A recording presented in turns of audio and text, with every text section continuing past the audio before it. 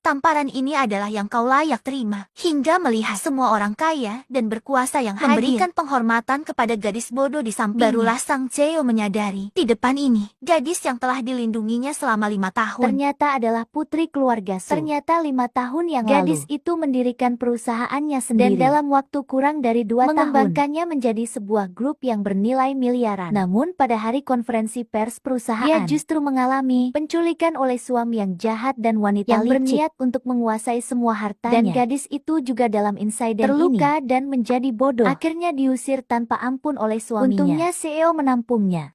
Selama bertahun-tahun, CEO selalu merawatnya dengan penuh perhatian. Tidak mengizinkan siapapun untuk menggosip tentangnya. Hari ini kebetulan adalah hari di mana mantan suaminya merencanakan untuk mengakui dan mengundang semua raksasa bisnis di Jiamcheng. Semua raksasa bisnis sebagai saksi untuk melindungi gadis agar tidak terluka. Presiden dengan sengaja mengingatkannya, di pesta jangan sekali-kali menandatangani. Tapi gadis yang bodoh tidak dapat memahami maksud presiden. Menandatangani. Tidak boleh menandatangani. Jika kamu menandatangani, kamu akan diusir dari keluargaku. Saat itu Nuan-Nuan tidak akan punya permen untuk dimakan.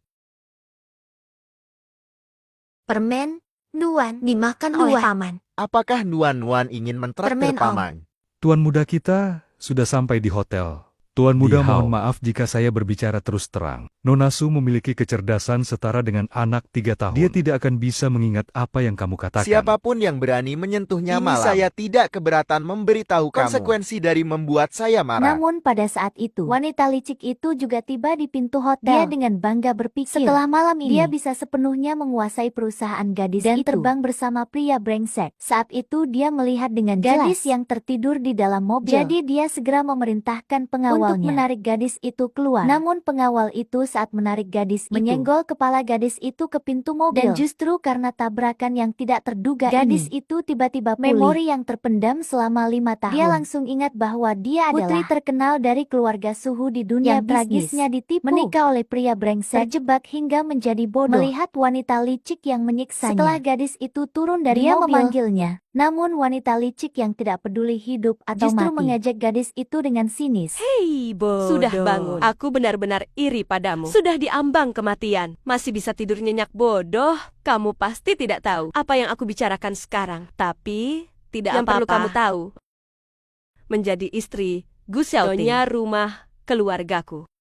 Sementara kamu akan kehilangan perlindungan keluargaku. Memungut sampah dan tidur di lubang jembatan. Sepenuhnya menjadi seseorang yang tidak diinginkan. Gadis itu pada tahun-tahun terakhir dengan pria dan tindakan wanita licik. Sangat ingin membalas dendam saat itu juga. Saat itu Shio justru melangkah maju. Wanita licik itu sebenarnya ingin meluapkan kemarahannya. Namun melihat bahwa pesta sudah dekat. Tidak ingin karena 2 orang di depannya menghambat urusan besarnya. Jadi dia tidak lagi mempermasalahkan mereka. Dengan angkuh, dia pergi. Gadis itu melihat CEO di depannya. Seketika teringat pada 5 tahun kebodohannya. Selalu ada CEO yang diam-diam melindunginya. Maka dia segera berjongkok, mengucapkan terima kasih kepada CEO atas segala perhatiannya. Dia yang tidak tahu bagaimana membalas, segera memutuskan untuk menyerahkan diri. Kemudian CEO menarik gadis itu untuk menghadiri pesta, agar pria brengsek itu membayar harga yang mahal. Gadis itu hanya bisa terus berpura-pura bodoh. Saat presiden datang bersama gadis itu, baru saja tiba di lokasi pesta, pria brengsek itu langsung melihat lalu segera mendekat untuk menyapa 1111. Menonton drama Paman Ketiga. Paman Ketiga drama kejar-kejaran seksi. Bukankah kamu tidak bisa berjalan dengan baik? Kenapa hari ini kamu punya waktu untuk merampas dengan paksa? Memulai dengan kekacauan dan mengabaikan di akhir. Jika saya tidak datang, apakah saya harus hanya melihat kamu menghancurkan reputasi keluargaku? Paman Ketiga, apapun yang terjadi, ini adalah kita.